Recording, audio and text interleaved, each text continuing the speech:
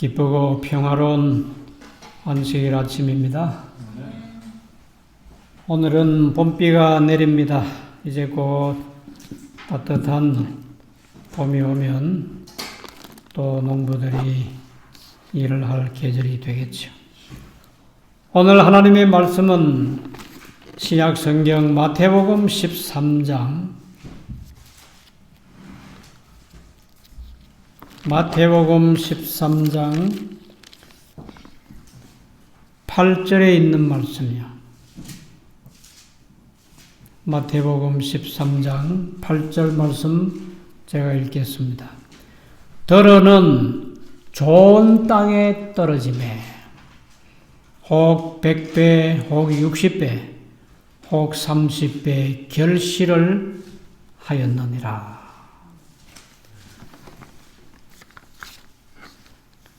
갈릴리 바닷가에 많은 사람들이 예수님을 보기 위해서 모여왔습니다. 그 중에는 병든 사람들도 많이 있고 또 죄인들도 많이 있었습니다. 예수님께서는 그 많은 사람들을 그저 돌려보내지 아니하시고 아주 재미있는 이야기를 해주셨습니다. 그 이야기는 씨 뿌리는 이야기입니다. 실제로 그때 갈릴리 바다 주변에 들판에는 농부들이 씨를 뿌리고 있었어요. 그래서 사람들이 씨를 뿌리는 농부의 모습을 보면서 또 바다에 배를 타시고 이 땅에서부터 조금 떨어진 물 위에서 배를 타시고 예수님이 말씀하시는 씨 뿌리는 이야기를 아주 흥미있게 듣게 되었는데 정말 말하자면 object 레슨이 됐어요. 실물 교훈이 됐어요. 예수님은 씨를 뿌리는 농부이십니다. 예수님이 하늘에서부터 오신 분인데 예수님이 하늘에서 이 땅에 씨를 뿌리러 오셨는데 무슨 씨를 가지고 오셨겠어요? 그 씨는 실물교훈 33쪽에 진리의 씨를 가지고 오셨고 복음의 씨를 뿌리기 위해 이 땅에 오셨다 그랬습니다. 하늘의 진리의 씨앗을 천국 말씀을 뿌리기 위해서 이 세상에 오신 농부이십니다. 마태복음 13장 4절 말씀을 보시면 뿌릴 새 들어는 길가에 떨어짐에 새들이 와서 먹어버렸고 여러 땅이 나오는데 첫 번째 씨앗이 떨어진 땅은 길가였습니다. 길에 씨앗이 떨어졌어요. 씨앗이 길에 떨어지면 어떻게 되겠어요? 씨앗이 거기서 발화가 되어서 싹이 나겠습니까? 안 나지요. 딱딱한 땅이죠. 단단하게 굳은 땅이죠. 매일같이 사람도 다니고 짐승도 다니고 지금 같으면 자동차도 다니고 그래서 이 길 위에 길가에 떨어진 씨는 금방 새들이 와서 먹어버렸습니다. 무슨 뜻입니까? 예수님이 친히 설명하신 말씀이 18절과 19절에 나오는데 그런즉 씨 뿌리는 비유를 들으라. 아무나 천국 말씀을 듣고 깨닫지 못할 때는 악한 자가 와서 악한 자는 사탄이에요. 악한 자가 와서 그 마음에 뿌리온 것을 빼앗나니 이는 곧 길가에 뿌리온 자요. 예수님께서 천국 말씀을 진리의 말씀을 이 땅에 있는 사람들 마음에 뿌리기 위해서 오셨는데 길가와 같이 마음이 딱딱한 사람들은 이 씨앗을 받아서 제대로 싹이 나고 자라게 못해요. 여기 실물교훈 44페이지에 이렇게 좀 더 자세한 설명이 있습니다. 천국 말씀, 하늘의 진리를 듣고도 하늘의 진리를 들었어요. 듣고도 관심이 없는 사람, 주의를 기울이지 않는 자들은 왜 그렇게 관심 없고 주의를 기울이지 않습니까? 그의 마음에는 세상의 죄가 가득하고 쾌락으로 즐기는 자들이다. 히브리서 3장 13절에 보면 죄의 유혹으로 마음이 강팍하게 된 자들이 있다 그랬어요. 설교자가 아무리 열심히 설교를 해도 아무 관심이 없습니다. 그의 마음 속에, 그의 생각 속에는 세상 쾌락밖에 없어요. 그런 사람들의 마음 속에 진리의 씨앗이 떨어지면 사탄이가 와서 금방 빼앗아 갑니다. 성경에 흥미가 없지요. 진리의 말씀이 아무 재미가 없습니다. 아이고, 그저 짧은 인생 즐겁게 살면 되지 뭐. 이런 부류의 사람들은 천국 복음도, 말씀도, 진리도, 예수님도 절대로 마음에 받아들이지 않습니다. 참 안 됐죠. 길가와 같이 마음이 딱딱한 사람, 죄의 유혹으로 마음이 강팍하게 된 사람, 이런 사람들의 마음을 예수님께서는 길가와 같이 딱딱한 밭이다. 그렇게 설명했습니다. 그 다음에 두 번째는 마태복음 13장 5절 말씀에 나오는 들어는 흙이 얇은 돌밭에 떨어지매 흙이 깊지 아니하므로 곧 싹이 나오나 해가 돋은 후에 타져서 뿌리가 없으므로 말랐고, 그 다음에 나오는 땅은 돌밭이라고 그랬는데 길가에 떨어진 씨가 관심 없는 그리스도인들이라고 말할 수 있다고 하면 성경도 진리에 대해서도 예수님에 대해서도 신앙에 대해서도 관심 없는 사람들이, 이 사람들은 길가와 같은 마음이에요. 근데 여기 돌밭에 떨어진 씨는 뿌리가 없는 그리스도인들을 표상합니다. 왜냐하면 흙이 얇은 돌밭에서 겨우 싹이 나왔지만은 뿌리가 내릴 수 없어요. 돌이 밑에 받쳐 있어. 그래서 뿌리가 없다 보니까 햇빛이 쨍쨍 내려쬐는데 금방 그 식물은 타져서 말라서 죽었습니다. 13장 20절에 좀 더 예수님의 자세한 설명을 보십시다. 돌밭에 뿌리 왔다는 것은 말씀을 듣고 즉시 기쁨으로 받되, 이 사람은 길가에 떨어진 씨하고는 조금 달라요.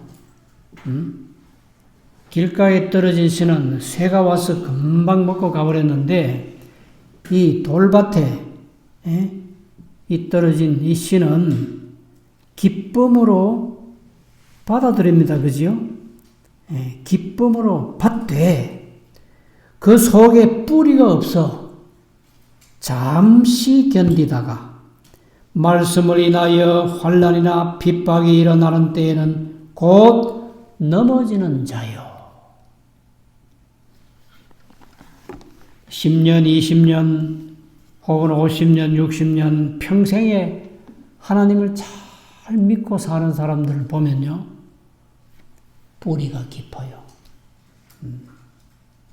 하나님 말씀에 진리의 말씀에 깊이 뿌리를 내리고 그렇게 한평생 믿음을 지키는 겁니다. 여기 나오는 이 돌이 있다고 하는 것, 돌이 있어서 뿌리가 못 내린다고 하는 그 돌은 이기심이다 그랬습니다. 성경에 돌 같은 마음을 가진 사람들이 몇 사람 있었어요. 마태복음 19장에 보면 부자 청년이 예수님을 찾아왔지요. 예수님을 찾아와서 뭐라 합니까? 예수님을 찾아와서 마태복음 19장 16절인데요. 어떤 사람이 주께 와서 가로되 선생님이여 내가 무슨 선한 일을 하여야 영생을 얻으리까? 예수께서 가라사대 어찌하여 선한 일을 내게 묻느냐? 선한 이는 오직 한 분이시니라. 네가 생명에 들어가려면 계명들을 지키라. 영생을 얻기 위해서 예수님을 찾아온 청년에게 예수님께서 네가 생명에 영생에 들어가려면 계명을 지키라. 그렇게 말씀하셨습니다. 그때 청년이 어느 계명입니까? 라고 했을 때 살인하지 말라, 간음, 도둑질, 거짓말 하지 말라, 부모를 공경하라, 내 이웃을 네 몸과 같이 사랑하라. 그때 청년이 말하기를 이것은 내가 어려서부터 지금까지 지켜왔다고, 이 모든 것을 내가 지켜 사오니 아직도 무엇이 부족하니까 예수께서 가라사대 네가 온전하고자 할진대 가서 네 소유를 팔아 가난한 자들을 주라. 그리하면 하늘에서 보화가 네게 있으리라. 그리고 와서 나를 쫓으라 하시니 22절에 그 청년이 재물이 많음으로 재산이 많았어요. 부자였어요. 재물이 많음으로 이 말씀을 듣고 근심하며 가니라. 예수님을 따르니라가 아니고 예수님을 떠나가니라. 바로 이것이 마음속에 있는 돌입니다. 돌. 부자 청년은 재물이 많음으로 근심하며 예수님을 못 따라가겠다. 예수님을 쫓아가려고 했는데 뭐 있는 거 다 팔아가지고 가난한 사람 줘버리면 나는 가난뱅이가 되니까 그래서야 내가 예수님 못 따라가지. 그리고 떠나가 버렸습니다. 가룟 유다가 예수님을 3년 반을 따라다니다가 은전 30개를 받고는 예수님을 팔고 떠나가 버렸어요. 얼마나 떠나갔어요? 죽음의 길로 떠나가 버렸어요. 스스로 목숨을 끊었습니다. 에서가 팥죽 한 그릇에 장자의 명분을 팔아버리고 제사장의 의무보다는 당장 배부른 팥죽이 더 좋았어요. 이렇게 돌밭의 청중들은 구원과 영생을 바라보지만은 자기 자신에게 조금만 불편함이 있으면 배만 좀 고파도 못 참아요. 돈이 눈앞에 보이면은 돈을 쥐고 돈을 찾고 돈을 사랑하지 영생의 진리의 말씀을 가지고 계시는 예수님을 찾지 않습니다. 수많은 사람들이 돌이라고 하는 이기심 때문에 영생을 잃어버리고 진리를 잃어버리고 하늘을 잃어버렸습니다. 돌밭에 떨어진 씨는 뿌리가 없는 그리스도인이다. 그렇게 설명할 수 있습니다. 환난이 오고 비박이 오면 견디지 못하고 그만 다 식물이 말라버리는 것처럼 말라 죽습니다. 이제 세 번째 마태복음 13장 7절에 보시면 마태복음 13장 7절이요. 떨어는 가시 떨기 위해 떨어짐에 가시가 자라서 기운을 막았고. 자,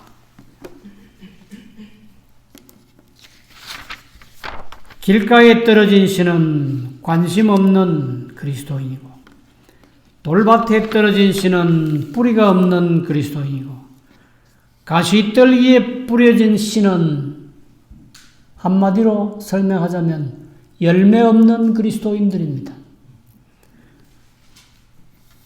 가시떨기에 씨가 떨어지면 이거는 길가하고도 다르고 돌밭하고도 다르고, 이 씨는 뿌리를 내리고 자라납니다. 잘 자라나요. 그런데 자, 설명을 봅시다. 예수님의 친히 하신 설명 22절에 나오는데, 가시떨기에 뿌리웠다는 것은 말씀을 들으나 세상의 염려와 재리의 유혹에 말씀이 막혀 결실치 못하는 자요. 이 무슨 말씀입니까?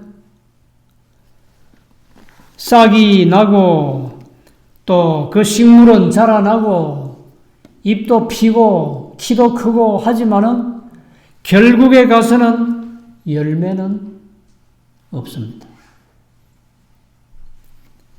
가시떨기에 떨어진 씨. 우리가 작년에 비가 많이 왔지요.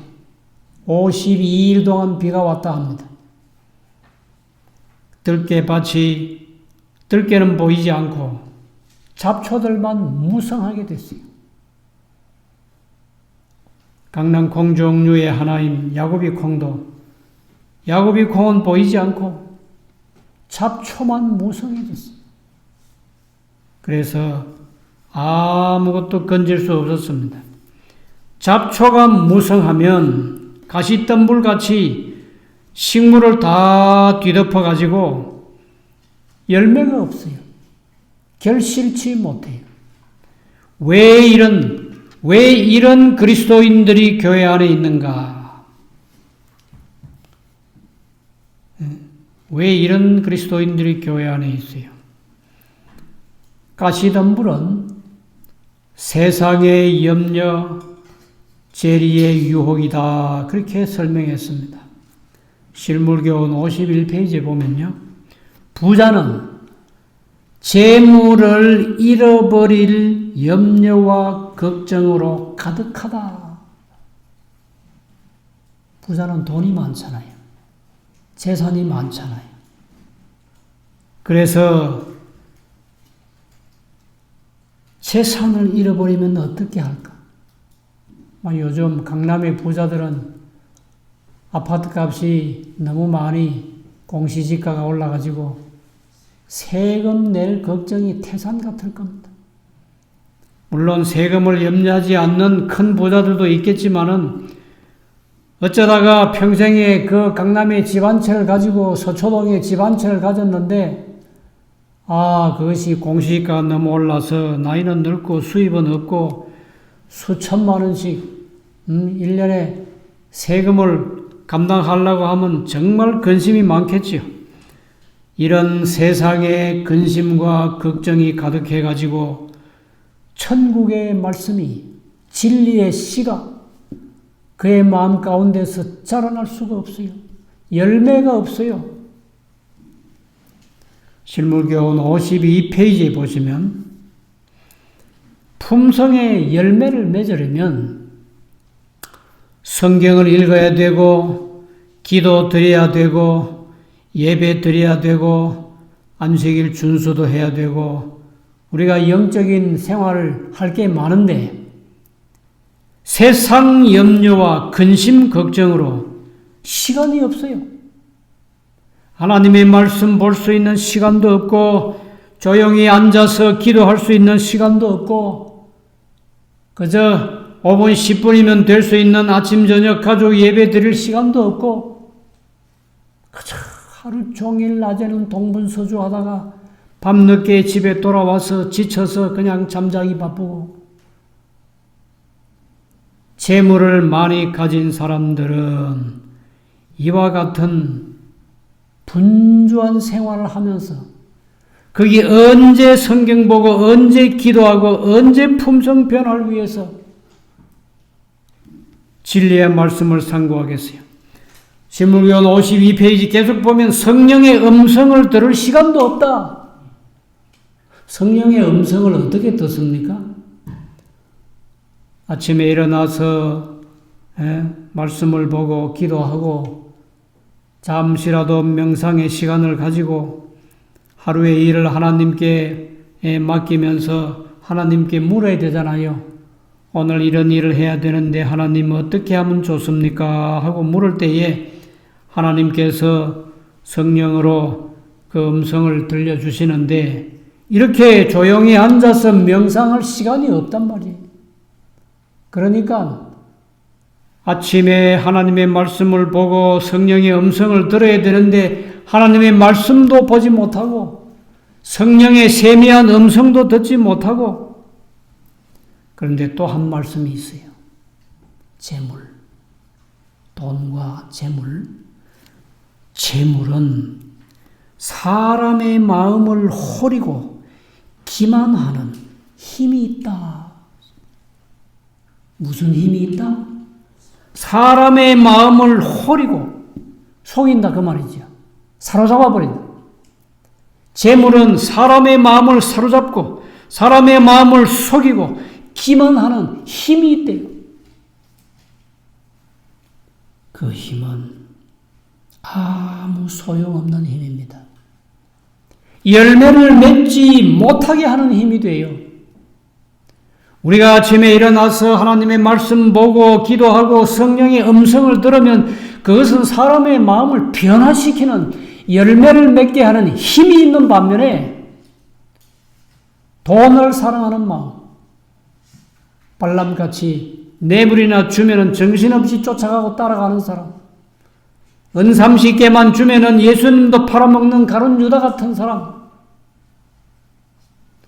이런 사람들은 완전히 재물이라고 하는 사탄에게 마음이 빼앗기고 기만당하고 그래서 어느 날 정신을 차리고 보면 자신이 어디가 있어요? 멸망의 문 바로 앞에 가 있어요. 돌아올래야 돌아올 수가 없습니다. 너무 멀리 가버렸어요. 돈을 많이 가지고 혹은 지위가 높고 혹은 재물을 많이 가진 분들은 이 말씀을 다시 한번 생각해 보시기 바랍니다. 진리의 말씀이 내 마음속에 떨어지긴 떨어졌는데 내 마음이 길가가 아닌지 가시덤불이 아닌지 돌짝밭이 아닌지 한번 생각해 볼 필요가 있어요. 성령의 음성 들을 시간이 없습니까? 하나님의 말씀을 볼 수 있는 그런 짧은 시간도 없습니까? 하루는 24시간이고 24시간은 1440분인데 그 1440분 가운데서 10분, 30분도 하나님의 말씀을 보고 성령의 음성을 들을 시간이 없단 말입니까? 그런 마음은 틀림없는 가시떨기입니다. 열매가 없을 것입니다. 이 기만에, 이 속임수에 넘어가면 안 됩니다. 세상 재물은 잠깐 보이다가 없어지는 안개 같은 존재예요. 자, 마지막 네 번째 땅 한번 보십시다. 마태복음 13장 8절 말씀인데요. 더러는 좋은 땅에 떨어짐에 혹 100배, 혹 60배, 혹 30배의 결실을 하였느니라. 이 땅은 참 좋은 땅이네요. 어떤 땅이에요? 100배, 60배, 30배 열매를 맺는 땅입니다. 이 땅은 정말 좋은 땅이에요. 알곡을 생산하는 참된 그리스도인의 마음입니다. 자, 예수님의 설명을 또 보겠습니다. 마태복음 13장 23절 말씀입니다. 좋은 땅에 뿌리 왔다는 것은 말씀을 듣고 깨닫는 자니. 이게 중요해요. 말씀을 첫째 들어야 되고, 그 다음에 두 번째 그 말씀을 깨달아야 되고, 이건 예언의 신에 지키는 자라고 설명했습니다. 말씀을 듣고 깨닫는 자, 지키는 자요. 그래서 결실하여 열매가 돼서 100배, 60배, 30배가 됐다 하는 말씀입니다. 근데 어떤 식물은요, 100배뿐 아니에요. 옥수수 씨앗 하나를 뿌리면 옥수수가 잘 되면 옥수수 알맹이가 몇 개입니까? 700개, 800개가 돼요. 100배가 아니에요. 700배, 800배. 사실 뭐 그보다 더 작은 씨는 더 많은 1000개, 2000개 되는 것도 있겠죠. 조 같은 식물은 막 수백, 수천 개가 될지 모르겠어요. 자, 좋은 땅은 착한 마음, 선한 마음인데, 열매를 맺는 착한 마음, 선한 마음은 말씀을 들어야 돼요. 사실 이 말씀을 듣고 하는 것은 길가도, 또 무슨 돌짝밭도, 가시덤불도, 요 계단은 반드시 넘습니다. 다 들어요. 그 다음이 중요하지요. 듣고도 관심 없으면 무슨 밭이에요? 길가예요. 듣고도 세상 염려 때문에 진리의 말씀이 그만 자라나지 못하면 그건 가시덤불이지요. 돌짝밭이고. 그런데 좋은 땅은 말씀을 듣고 깨닫는다고 그랬습니다. 예수님이 어떤 분이신지 깨달아야 돼요. 예수님이 하나님의 아들이시라는 것을 깨달아야 돼요. 예수님이 나를 위해서 이 세상에 오셨다고 하는 것을 깨달아야 돼요. 그것만 깨달으면, 예수님이 나의 구세주이시다 하는 그것만 깨달으면 절대로 예수님을 떠나가지 않아요. 떠날래야 떠날 수가 없어요. 이런 사람은 말씀을 듣고 깨달았지요. 그 다음에 세 번째, 인내로 결실하는 자들이다. 실물교훈 58페이지에 있는 말씀이었습니다. 착한 마음이라고 하는 이 마음은 좋은 땅, 선한 마음, 착한 마음이라고 그랬잖아요. 이 착한 마음은 죄가 없는 마음이 아니다 그랬습니다. 예수님이 누구를 부르러 오셨어요? 의인을 부르러 오셨습니까? 죄인을 부르러 오셨습니까? 죄인을 부르러 오셨어요. 이 세상에 죄가 없는 사람은 아무도 없어요. 이 좋은 땅, 착한 마음은 실물교훈 58페이지입니다. 죄가 없는 마음이 아니고 성령의 역사에 자신을 굴복시키는 자의 마음이다. 하나님의 성령께서 죄를 지적해 주시고, 하나님의 성령께서 선지자 나단을 통해서 다윗의 죄를 지적해 주셨어요. 당신이 그 사람이라. 그렇게 했을 때 다윗이 내가 하나님께 범죄했노라. 즉시 자신의 범죄를 시인했어요. 그랬을 때에 나단 선지자가 하나님께서 당신의 죄를 용서해 주셨다. 자신의 죄를 시인하고 회개하는 심령을 가지면 즉시 하나님이 용서해 주십니다. 이런 마음, 성령의 역사에 굴복하는 자의 마음, 죄를 고백하는 마음, 하나님의 자비와 사랑의 필요를 느끼는 자, 하나님의 말씀에 대한 믿음을 가진 마음이다. 그렇게 설명했습니다. 믿음이 있는 마음. 죄를 고백하고 회개하는 마음. 예수님께서 성령을 통해서 부르시면 즉시 응답하고 따라가는 사람.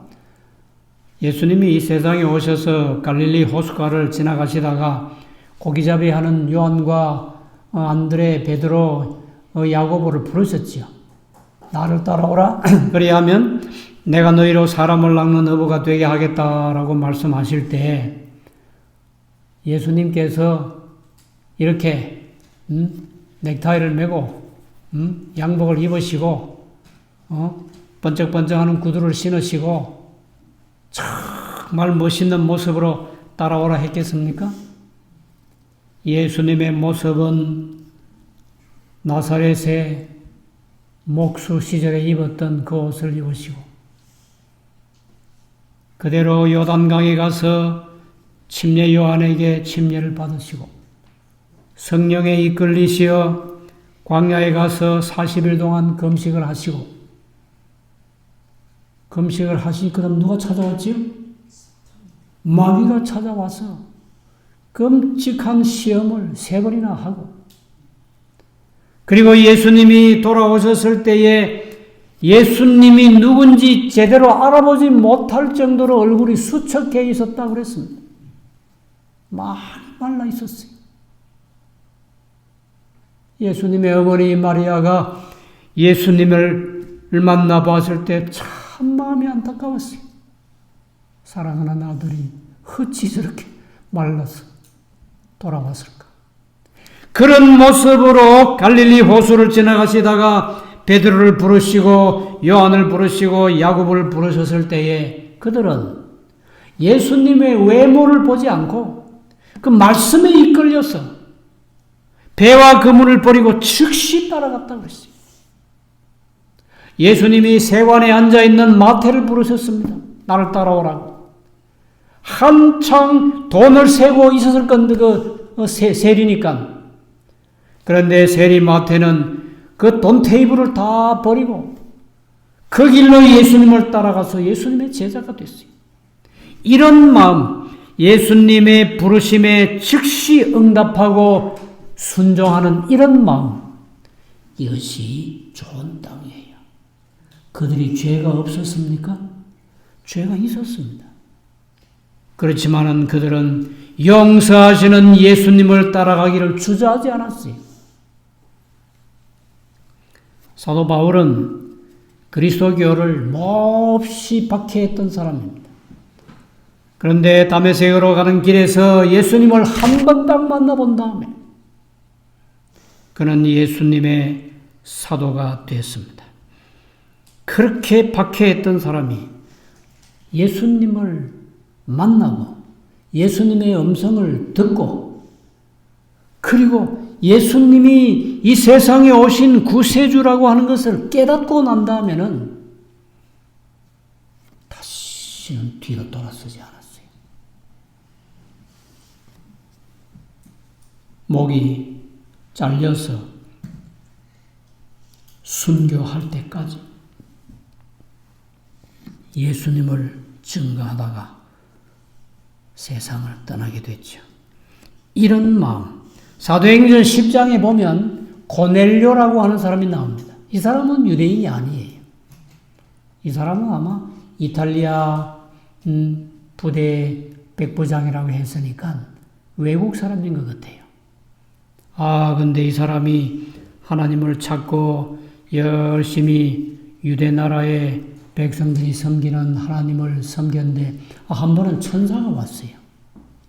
뭐라고 그랬습니까? 저기 어떤 집에 시몬이라고 하는 그 베드로를 부르라고 베드로 불러서 그 사람 말씀을 들어보라고. 그래서 고넬료가 자기 밑에 있는 종들을 보내서 베드로를 부르죠. 베드로가 와서 복음을 전했습니다. 이방 사람인 백부장이 자기 친구들도 불러놓고 자기 식구들을 다 한자리에 불러놓고 베드로가 왔을 때에 엎드려 절을 하려고 그랬지요. 그래서 베드로가 절하지 말라고, 나도 여러분과 똑같은 사람이라고. 그리고는 예수님을 전했을 때 그들이 그 시간에 예수님을 맞이하고 예수님을 자신의 구주로, 가족의 구세주로 다 받아들이고 침례를 받고 그리스도인이 됐습니다. 이런 사람들은 정말 이 세상에 100에 1명, 1000에 1명 있을까 말까 하지만은 그러나 분명히 있어요. 우리가 예수님의 말씀을 들으면 그 말씀이 의미하는 것이 무엇인지 생각하고 기도하고 깨달아야 돼요. 깨닫고 그 다음에 순종해서 이런 베드로 같은 사람, 바울 같은 사람, 고넬료 같은 사람, 성경에 위대한 사람들이 많이 있잖아요. 끝까지 예수님을 따라가고 결코 세상으로 나가지 말고 그것이 열매 맺는 그리스도인의 삶입니다. 좋은 땅은 죄가 없는 마음이 아니고 성령의 역사에 자신을 굴복시키는 마음, 죄를 고백하는 마음, 하나님의 자비와 사랑의 필요를 느끼는 자, 하나님의 말씀에 대한 믿음을 가진 마음, 이런 마음으로 평생 동안 예수님 믿고 하나님 믿고 따라가면 구원과 영생의 열매를 반드시 얻게 될 것입니다. 그런 열매 맺는 그리스도인, 열매 맺는 재림 성도가 되시기를 간절히 바랍니다. 자, 이 말씀을 생각하시면서 찬미를 부르고 기도하고 마치겠는데요. 156장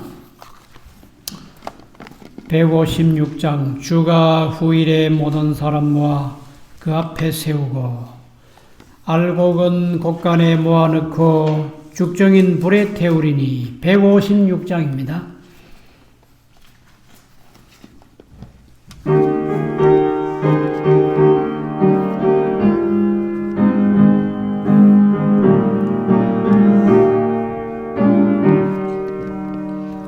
주가 후일에 모든 사람 모아 그 앞에 세우고 선과 죄악을 사실할 때 어찌 담대히 서리요. 알곡은 곳간에 모아넣고 죽정인 불에 태우리니 주의 심판이 내리는 날 그 앞에 어찌 서리요. 그날 주께서 하실 말씀 착한 종들은 상 주고 악한 무리는 얻은 것에 내어 쫓으라 하시리. 알곡은 곳간에 모아넣고 죽정인 불에 태우리니 주의 심판이 내리는 날 그 앞에 어찌 서리요. 마음이 슬기로운 처녀같이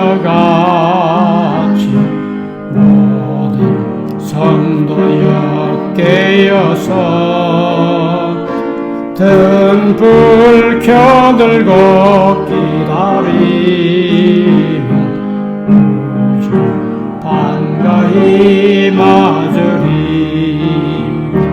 알곡은 곳간에 모아넣고 죽정인 불에 태우리니 주의 심판이 내리는 날 그 앞에 어찌 서리요. 복된 번향을 찾는 자여 참고 견디어 이기면 너희 술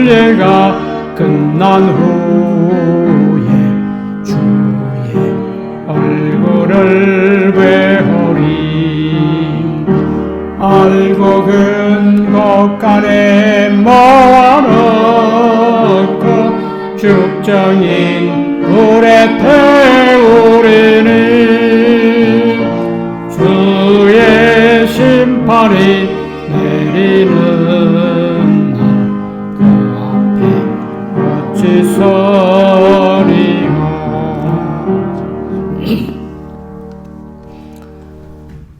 하늘에 계신 아버지 하나님, 오늘 이 복되고 거룩한 안식일에 저희로 하여금 주의 전에 나와서 예배에 참여하게 하시고 주께서 저희에게 친히 말씀하신 씨 뿌리는 비유의 말씀을 다시 한번 상고할 수 있게 해주시니 감사합니다. 천국의 말씀, 진리의 말씀이 우리 마음에 떨어졌습니다. 우리의 마음이 길가와 같이 딱딱한 마음도 되지 말게 하시고 돌밭이나 가시덤불도 되지 말게 하시고 좋은 땅, 옥토가 되어서 주께서 뿌려주신 씨앗이 자라나서 열매 맺어서 알곡이 되어서 하늘 곳간에 들어가는 귀한 열매들 되게 해 주시옵소서. 환난과 비박이 왔을 때에 넘어지는 그리스도인 재림 성도가 아니고 어떤 시련이 올지라도 참고 견디어서 결국에는 알곡으로 우리 주님을 대할 수 있게 해 주시옵소서. 항상 저희와 같이 해 주시고 발걸음마다 성령의 음성으로 인도해 주시고 저희는 날마다 성령의 세미한 음성을 듣고 깨닫고 지키는 충실한 하나님의 백성으로 살게 해 주시기를 예수님의 거룩하신 이름으로 간절히 기도드리옵나이다. 아멘.